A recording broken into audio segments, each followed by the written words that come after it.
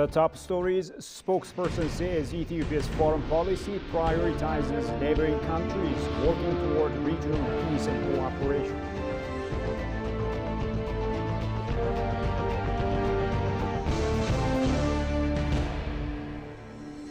And the UN Assistant Secretary General and Humanitarian Coordinator in Ethiopia praises the significant reforms underway in the country.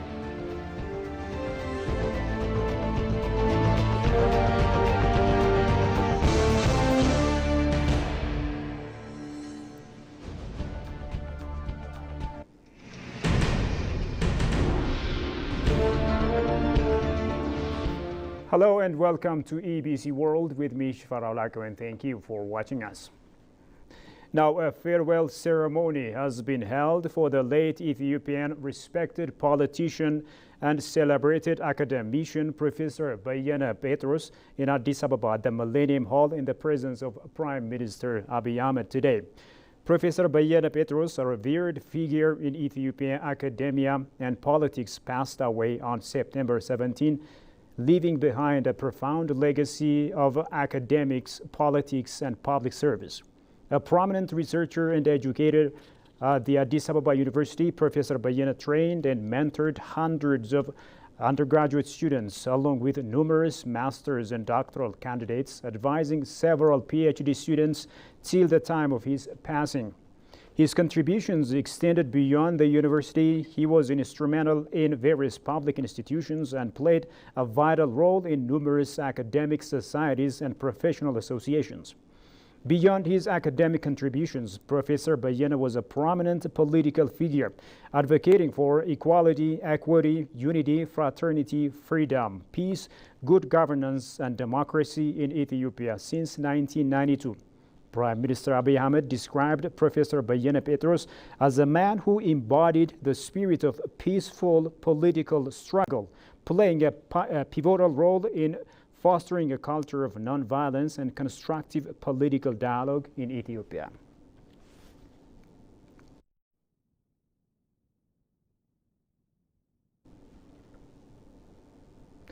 Moving to other stories, speaking in the weekly briefing on Ethiopia's current foreign relations and diplomacy matters, Foreign Affairs spokesperson Ambassador Nebiat Getachew emphasized that Ethiopia's foreign policy prioritizes neighboring countries working toward regional peace and cooperation. He highlighted Ethiopia's continued efforts to foster peaceful and development-focused relations with its neighbors. The spokesperson noted that Ethiopia firmly believes in resolving conflicts through peaceful dialogue and reiterated the country's commitment to this principle. Additionally, Ambassador Nebiat mentioned that Ethiopia is preparing to actively participate in the 79th General Assembly of the United Nations, scheduled to take place late September 2024. Ethiopia will also participate in the BRICS Foreign Ministers meeting on the sidelines of the main assembly, as well as hold bilateral discussions with member countries of the African Union Mission in Somalia, AMISOM. In conclusion, the ministry reaffirmed Ethiopia's dedication to peaceful regional cooperation, conflict resolution through dialogue, and a robust engagement in international forums.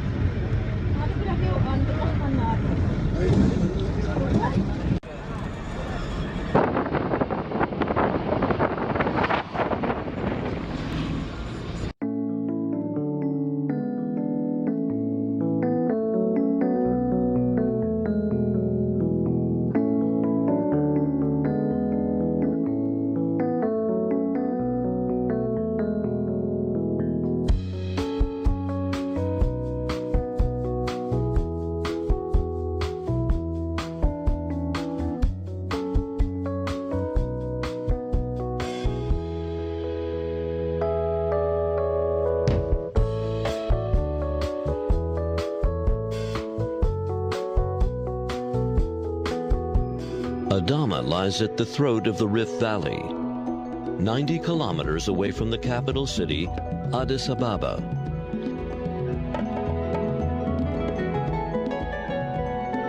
Now, the largest modern wind farm in East Africa, it is the first clean energy project supported by the preferential buyer's credit from Exim Bank of China. In June 2011, Adwa Wind Power Farm Phase 1 was commenced. Construction of wind farms starts from road. The last step before generation is equipment debugging and commissioning. With twirling of blades, wind of Adwa is being transformed into a steady stream of power.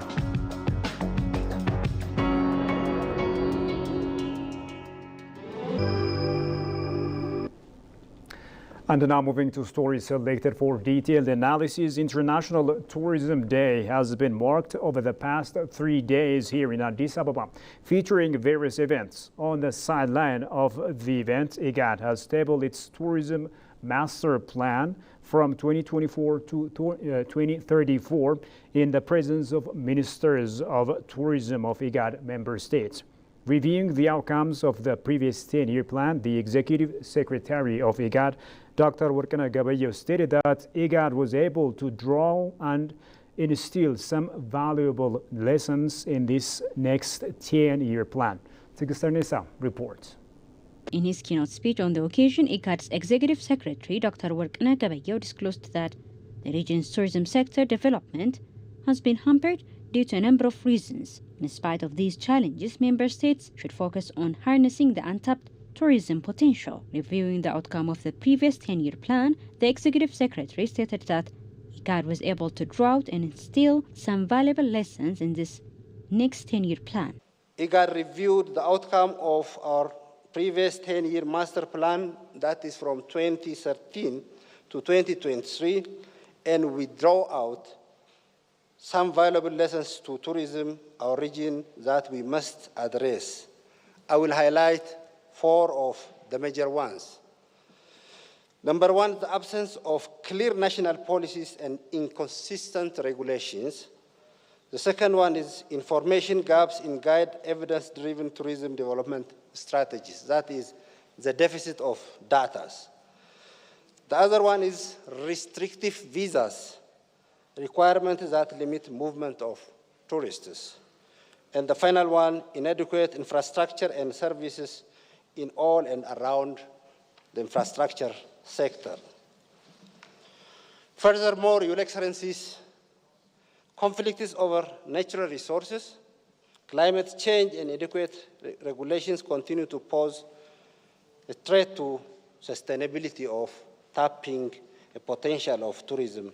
It is with this lesson in mind that IGAD has worked hard to tighten the bond between our STMP and higher policy instruments such as the NEPAD Tourism Strategy, African Union Agenda 2063. Executive Secretary of United Nations Economic Commission for Africa, Clever Gatete, for his part stressed that his organization is working with governments to undertake the risking analytics to support better investment decisions. Yesterday, we launched the Ethiopian Tourism Satellite Account. We have also launched similar for other countries. This is just one tool that the Economic Commission for Africa has developed to help countries measure their tourism contribution to GDP, employment, and investment, because data is the cornerstone for growth. We are also working with the governments to undertake the risking analytics that will support better investment decisions.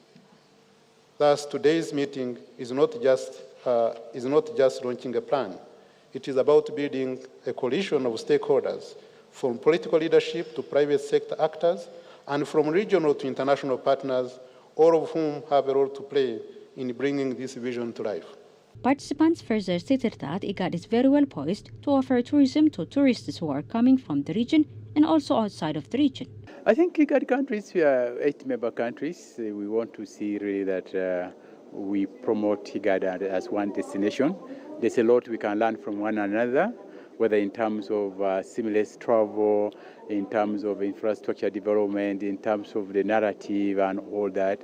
I think we can really do much better by promoting IGAD as one tourism stroke investment destination. There's quite a range of products to offer in the region. So IGAD, I think, is really very well poised to offer tourism, to the tourists who are coming from outside of the region, even within the region. I think what we are also seeing is that there's a lot of domestic tourism that should also be encouraged within the region. Yeah. Africa's travel and tourism market is projected to reach revenues of $23.37 billion by 2024, growing at 7.49%.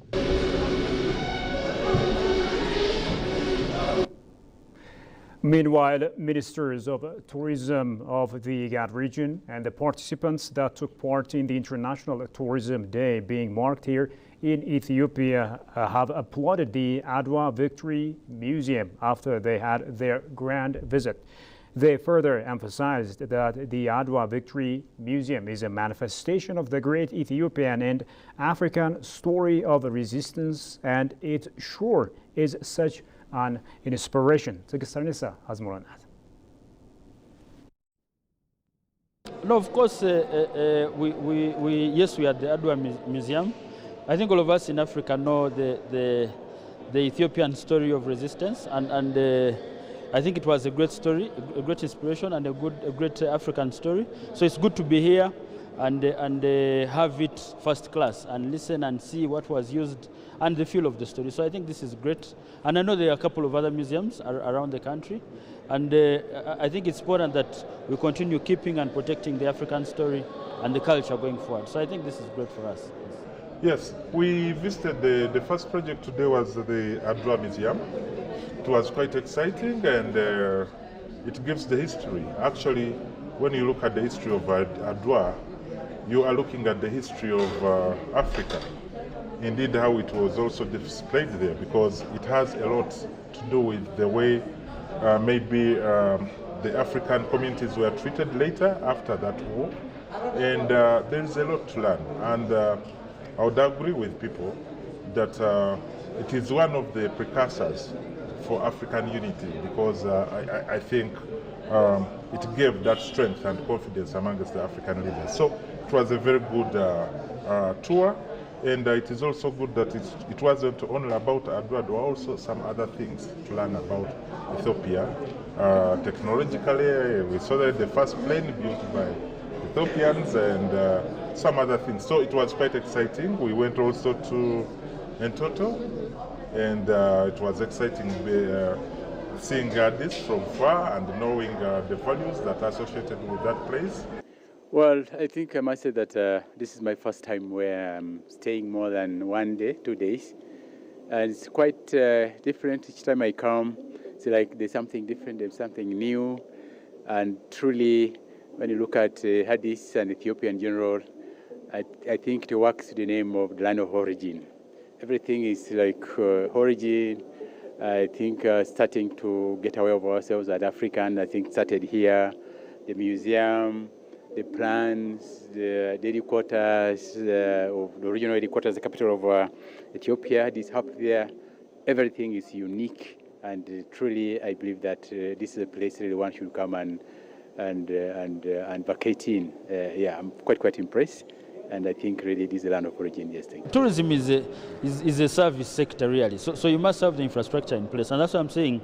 Now that you have the infrastructure and you're still building more, then it's much easier. And you have an airline that is really, I was speaking to so many people at the hotel, and quite a number of them just transit for night. So the infrastructure already feeds into the tourism numbers that you have, and probably the intensity on how much you aggressively want to grow the numbers. But the infrastructure for what I have seen so far is really impressive, yes. Impressive, to sum it up. the places that have been developed here are really magnificent. So for me, as someone who has lived in Addis Ababa for some time, and coming back, every time I come back, I see new developments.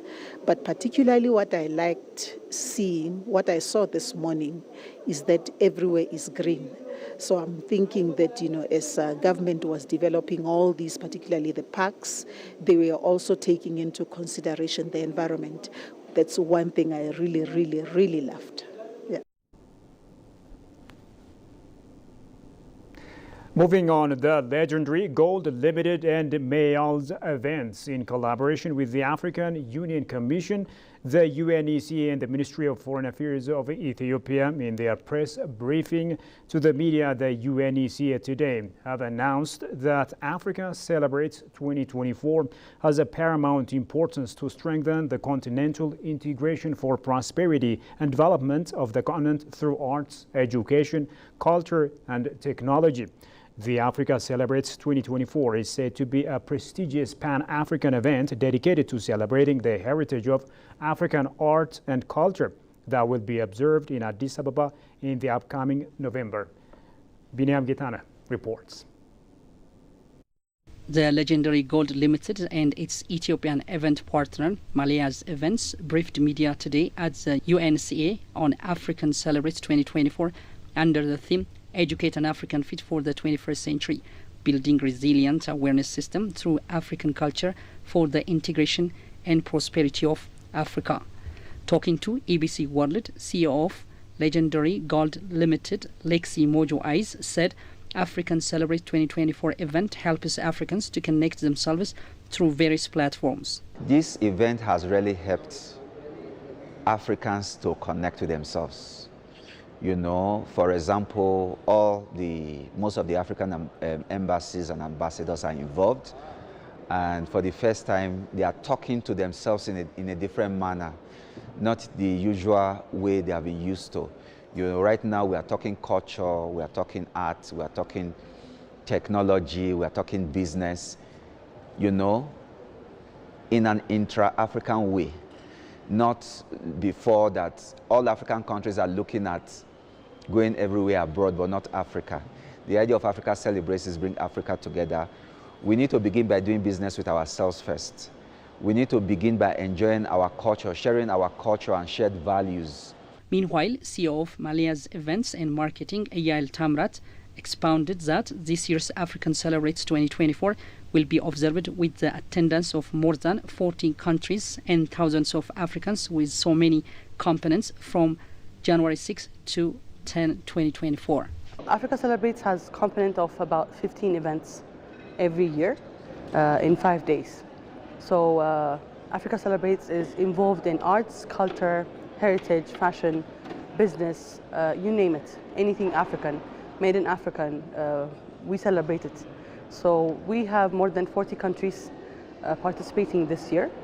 We anticipate thousands of Africans to come from Africa and also the diaspora. The components are so many. We have a lot of forums and summits that actually evolve around this sectors I mentioned earlier.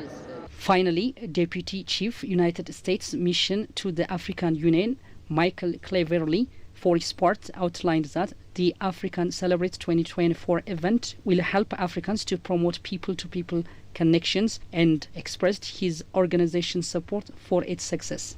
Well, we've been invited to participate as partners, and so it's been a great privilege to do so. We began last year. We were very pleased about what we saw. We consider the efforts that they are trying to do, which is to promote people-to-people connections, business connections, African integration, beyond just through trade, but through personal interactions between people and artists, to be a very positive thing and in line with the strategies of Agenda 2063 in the African Union, also the U.S. strategy. Africa Celebrates is a premier Pan-African event designed to celebrate Africa's unity in diversity and promote economic prosperity through arts, culture, heritage, technology, and business. The UN Assistant Secretary General and Humanitarian Coordinator in Ethiopia, Dr. Ramiz Al-Akbarov has praised the significant reforms underway in Ethiopia. He emphasized that the UN is shifting its focus toward fostering innovative partnership, moving beyond traditional financial aid. Goshumelis has more on that. Ethiopia is actively implementing sustainable goals through its ambitious reforms to improve the livelihoods of its citizens. Talking to EBC, UN Assistant Secretary General and UN Resident and Humanitarian Coordinator in Ethiopia, Ramiz Al-Akbarov has praised Ethiopia's ongoing massive reforms. There is a large economic reform which is ongoing right now in the country, with liberalization of exchange rate, with introduction of the macroeconomic reform policies. That presents a great opportunity for international financial institutions, such as World Bank, IMF, and others, to come into the picture with larger, broader scope of the resources. This is a great opening and opportunity. Good things are already going in Ethiopia. You have Green Legacy Initiative, you have Millions of Coders Initiative, you have National Abundance Basket, Food Basket Initiative, and other things. So how we rally around those initiatives already being implemented, around the National Development Plan, around the Homegrown Economy Plan, and how we connect the dots through bringing UN's technical perspective and know-how to create a scale-up effect. Again, in a forward-looking and very technologically advanced manner. The Assistant Secretary also appreciated Ethiopia's convening role in building up the Summit of the Future. Well, I would like to recognize Ethiopia's convening role in build-up to the Summit of the Future. As you know, we have hosted here the first preparatory committee meeting for financing for development. And this meeting, which took place this summer, was extremely important in forging continental position. So the Ethiopia's role here as a convener of the continent and a convener of the dialogue around the continent was extremely important. And it mostly converges around financing for development matters and access to modern technology and forward-looking approach to development. He pinpointed that the UN is shifting its focus to innovative partnership, moving beyond traditional financial aid. The traditional forms of aid are now less. We are not getting grants funding. What we need to do is to build innovative partnerships with private sector and create models which are scalable.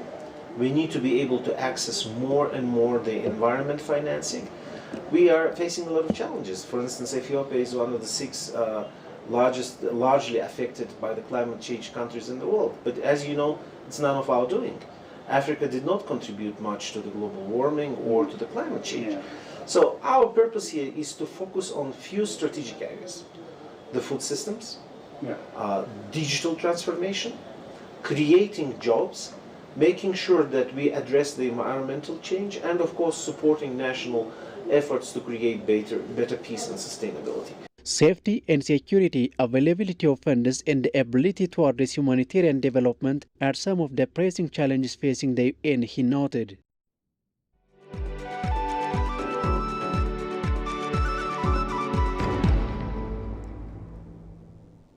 And finally, in business, Zukwala Horti PLC has officially opened its doors to showcase a groundbreaking new hydroponic strawberry farm. The farm features a state-of-the-art gutter system designed to significantly boost strawberry production and improve sustainability. The project, a collaborative effort with Flevo Plants, Meteor Systems, and Resilience, demonstrates Zukwala's commitment to agricultural innovation. The gutter system, a cutting-edge technology, offers several advantages, including increased productivity, reduced water consumption, and enhanced product quality. It's a new type of strawberry production system. Here we produce in gutters, so outside of the soil. So normally strawberries, they grow them in the soil. Here we put them out of the soil in substrate. So there's red ash here. Red ash can be mined here in Ethiopia. It's like volcanic ash. And we grow the strawberry inside. And the advantage is that we bring in nutrients. So you see here these lines, which are the irrigation system. And the irrigation goes inside with nutrients. The nutrients go to the plant, and then the plant takes up the nutrients. But the nutrients that don't go into the plant, we circulate them. So they go in here, They go to the pump house. We take out, we sterilize the water again, and then it goes back into the system. So you use much less fertilizer. That's one big advantage. The other advantage is that we grow out of the soil and it's easier to pick. So normally the women, they have to sit on the ground and harvest, but here they can just pick like this. So it's much better for your body. And then the third advantage is that we use biological control here, so integrated pest management. So we don't use a lot of pesticides, we use biological control to protect the plant against pests. Ethiopia's conducive climate, coupled with wide destinations of the Ethiopian Airlines, has attracted Zukwala Horti agricultural investment, and they are optimistic to reach the global export market. Have a listen to this. We call this the mini air system from the company Meteor, and we are expecting in this way to have about 5 different benefits. One is that we expect a higher yield, more than double the amount of kilos from open field production. We can plan our crop and plant throughout the year, so we can target different export markets. It is easier to implement integrated pest management. And for the people who are not familiar with this, those are the good insects that we release in the crop to eat the bad insects. And therefore we reduce the amount of pesticides that we have to use. The market has a very big potential, basically also due to Ethiopian Airlines, because they have about 130 destinations that they fly. And that makes it easier for us as exporters to find customers all around the world. Well, the viewers, you have been watching ABC World. Now a quick recap.